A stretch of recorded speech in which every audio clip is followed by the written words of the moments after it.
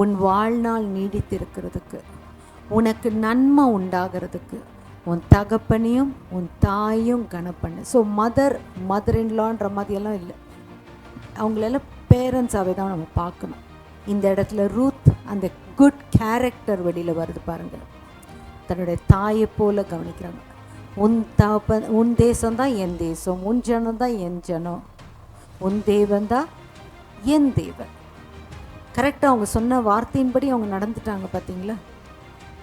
இதை நம்மளுடைய லைஃப்பில் கொண்டு வரணும். கெட்டவங்களாக இருக்கட்டும், நம்ம ஃபேமிலியில் யாராவது ஏதாவது தப்பாக இருந்தால் கூட அதை பற்றி கண்டுக்காமல் வேத வசனத்தில் சொல்லியிருக்கிறபடி கர்த்தர் எனக்கு அவர் கருணை இரக்கம் தயவு என்மேல் பொழியணும் என்று எண்ணத்தோடு நம்ம இருந்து நம்ம செய்கைகளை செய்தோமே ஆனால் கர்த்தருடைய வார்த்தை மாறாது.